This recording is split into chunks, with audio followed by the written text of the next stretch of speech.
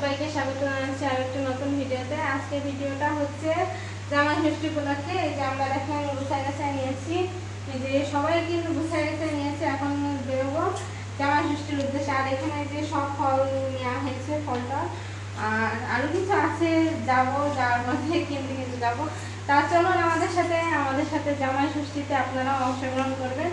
অবশ্যই এই সাথে তো থাকতে পারবেন না, ওই পাশ থেকে অংশগ্রহণ করবেন। তা চলুন আমরা সবাই মিলে জামাই ষষ্ঠীতে যাই।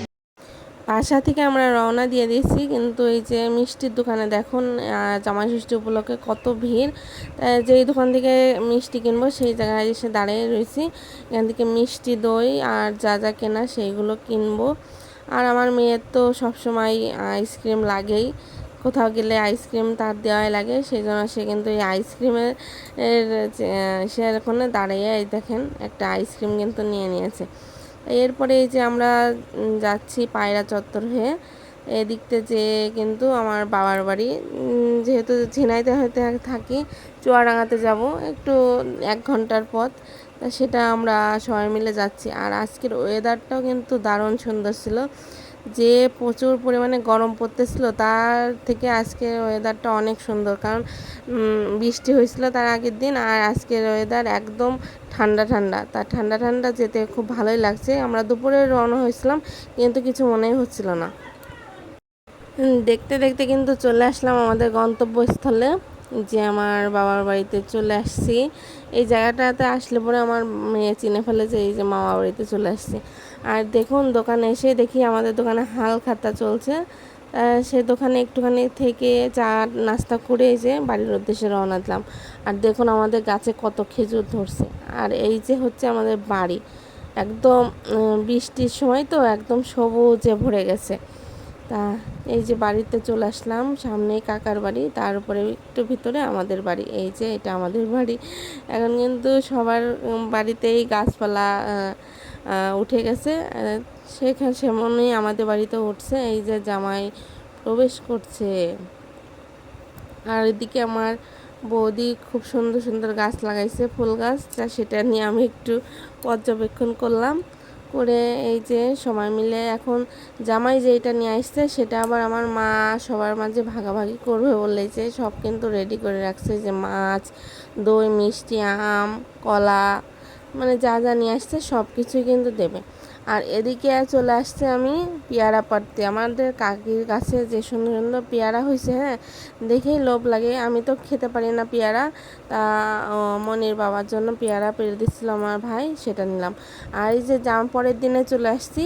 পরের দিন হচ্ছে জামাই ষষ্ঠীর মূল পূজাটা। আমরা আগের দিন গেছিলাম, তাই পূজার অনুষ্ঠানে অনেক কিছু সামগ্রী লাগে, সেই সব দেখেন আমি নিয়ে যাচ্ছি। আমার মা নিয়েছে এবং আমার পেছনে একটা বোন আছে, তার কাছেও আছে। এই যে সবাই মিলে কিন্তু এই বাগান থেকে বাগান হয়ে যাচ্ছি।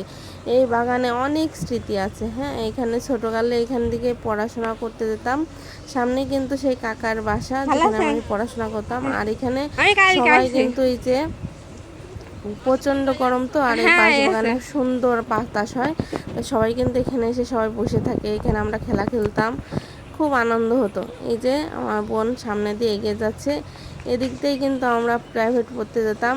এখানে আরও মানে ঝোড় জঙ্গল ছিল, এখন তো আরও হয়ে গেছে, সুন্দর ছিল জায়গাটা, এখন বিলুপ্ত হয়ে গেছে সময়ের সাথে সাথে। আর এই যে এই চালাটা দেখছেন, এখানে আমরা আগে প্রাইভেট পড়তাম। আর যে পুরোহিত সেই কিন্তু আমাদের প্রাইভেট পড়াতো আগে, এখন কাকা প্রাইভেট পড়ায় না, পুরোহিতই করে। তা এই যে বট গাছ দেখছেন, এখানে কিন্তু আমাদের জামাই ষষ্ঠী পূজাটা হয়। মানে বছর হয়ে গেছে এই বট গাছের বয়স, এখানে কিন্তু এখনও ঠাই দাঁড়িয়ে রয়েছে। এই যে আমরা কিন্তু একদম সঠিক সময়ে আসছি, পূজা আরম্ভ শুরু হচ্ছে।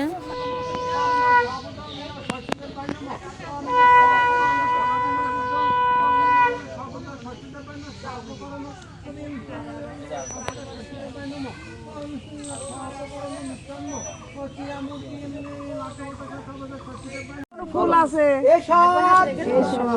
চন্দন গন্ধ পুষ্প বিল্ব পত্রাঞ্জলি নমো ষষ্ঠীদেবায় নমো।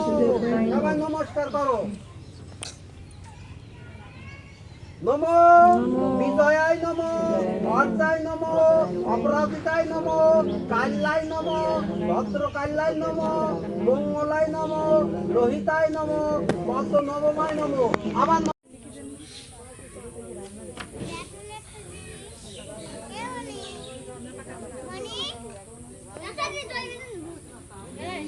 নমো জয়দেবী জগদম্বা রাইনী প্রসাদমম কল্যাণী মহাষষ্ঠী নমস্তুতে শক্তিকাং সর্বদেবতাং লোকহিতকারিণী নমো ষষ্ঠীদেবায় নমো।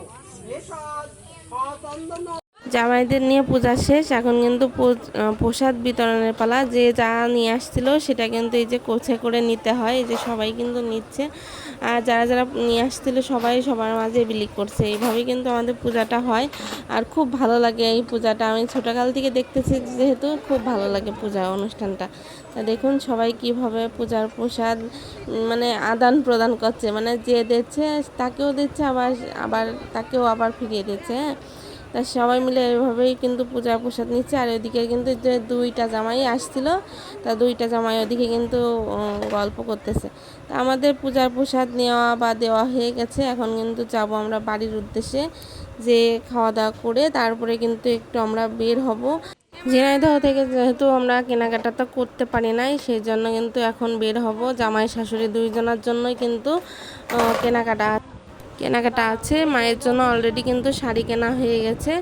আর এদিকে কিন্তু এই যে মনির বাবার জন্য মনির বাবা জুতো দেখতেছে, জুতো আর একটা গেঞ্জিও কেনা হয়ে গেছে।